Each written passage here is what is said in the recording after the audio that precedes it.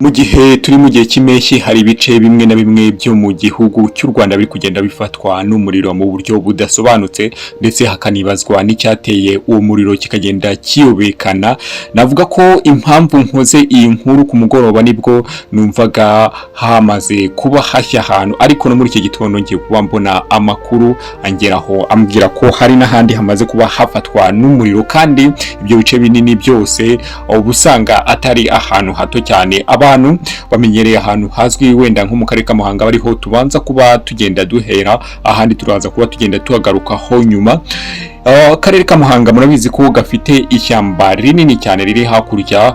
Umuntu uhagaze cyane cyane mu bice bya Kabgayi cyangwa ukaba uhagaze n'ubundi hari hagiye kuba hubakwa stade mu minsi ya vuba, hamaze kugenda himurwa n'abantu hakurya. Ureba ishyamba rya Kanyarira kenshi cyane abantu barizi barisengeramo, abandi barikoreramo ibikorwa bigiye bitandukanye, ariko ngubu nyuma yo kuba barireka kurisengeramo cyangwa babuzwa na leta kurisengeramo kugira ngo hatazagira umuntu ushobora kuba yahuriramo n'ibyago bituruka kuba yahanuka cyangwa agahuramo n'indi nyamaswa cyangwa akaba yahuramo n'umugezi wa nabi akaba yamugira nabi. Ibyo byose rero byaje kuba bihagarikwa, ariko ku mugoroba neza hari ku itariki 13 z'ukwezi kwa munani mu mwaka wa 2026 mu masaha y'isa 9 z'amanywa nibwo hatangiye kugenda hacumba umwotsi muke muke, ariko umwotsi uza kugenda wiyongera. Nibwo abantu batangiye kumenya bati ese hari ahantu habaye iki, hari ikindi kintu cyabaye kiri gutuma ura mwotsi uri gucumbera. Abantu bakagira ngo wenda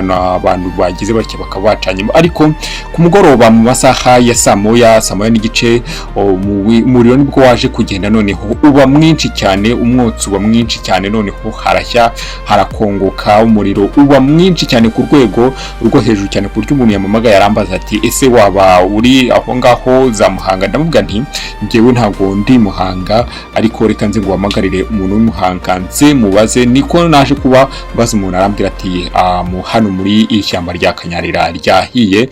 Mpita mvuga nti byanze bikunze ni ikibazo gikomeye cyane kiri kuba wenda twavuga ko ari ibyatsi byumye cyane, wenda hakaba haca nk'umuntu akanywa nk'itabi bikaba byarangira ahafashwe, cyangwa akaba ari undi muntu waje kuba agira atya akaba yabikoze nkana wenda akahatwika ku bushake. Ibyo ngibyo ni ibintu wenda inzego zibishinzwe ziri bugende zikurikirana, wenda zimenye impamvu iri shyamba rya Kanyarira ryaje kuba rifatwa. Hakurya rwose umuntu abavuga bahita za Mushubata, abandi za Kanyarira bitewe n'uburyo bamuhita. Wenda reka twihute cyane wenda tugere n'ahandi impamvu izi nkuru zikoze. Mu karere ka Burera hari amakuru yandi mbonye mpita mvuga ni noneho ibi byaba ari ikirero mu ishyamba ryo ku kirunga cya Muhabura, n'ubundi giherereye hano mu karere ka Burera, n'ubundi ryaje kuba rifatwa n'inkongi y'umuriro muri iki gitondo cyo ku itariki 14 Kanama 2026.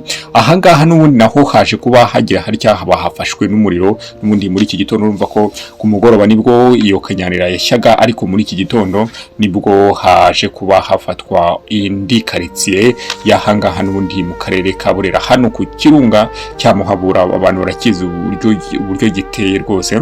Ibi rero byaje kuba byemezwa na guverineri w'intara y'Amajyaruguru w'umugabo wa Gahunde Maurice, yabihamirije n'ubundi kinyamakuru Igihe turi gukesha iyi nkuru. Nubwo mbona ya Kanyarira nta bindi bitangazamakuru biraza kuba byayandika, ariko ubwo byanze bikunze turaza kuba tugenda tubibona hirya no hino mu binyamakuru bigiye bitandukanye. Ariko ayo makuru yo ndayafite ko aho Kanyarira hahiye, ndetse urumva ko n'ahangaha Burera hahiye. Sinibaza rero impamvu wenda niba ari abantu bari biri inyuma bari kugenda bahatwika, cyangwa ugasanga ni kwa kundi umuntu washobora kuba yajya guhakura wenda avuga ati reka nshake ubuki, ariko bikarangira niba yaragiye guhakura ariko bikarangira yibagiwe kuba yazimya umuriro cyangwa bari kuhatwika ku bushake. Ibyo ngibyo inzego zibishinzwe nizo ziri bugende zikurikirana ibyo bibazo byose biri kugenda biba hirya no hino. Rero nanjye mpita mvuga nti reka dusoreza ahangaha. Iyo niyo makuru yaragezweho, tuba tugomba kugenda tubagezaho buri saha uko amakuru abonetse ashyushye, tuba tugomba kuba tuhita tugenda tubagezaho mu wa mbere. Rero mukomeze kugenda mukora cya gikorwa cy'ingenzi kiba gisabwa na benshi cyane. Ni igikorwa cyiza cyane, navuga ko ari kuba mutera abantu inkunga mu buryo bukomeye cyane, ariko atari uburyo bwo gusabiriza amafaranga, n'uburyo bwo kujya ku munsi mugakanda kuri subscribe, ubundi mukajya munsi mukandika igitekerezo cyanyu, ndetse mugakanda no kuri like. Ibyo bintu biba bihagije kugira ngo ube uduteye inkunga. Mukoze cyane, mugire ibihe byiza.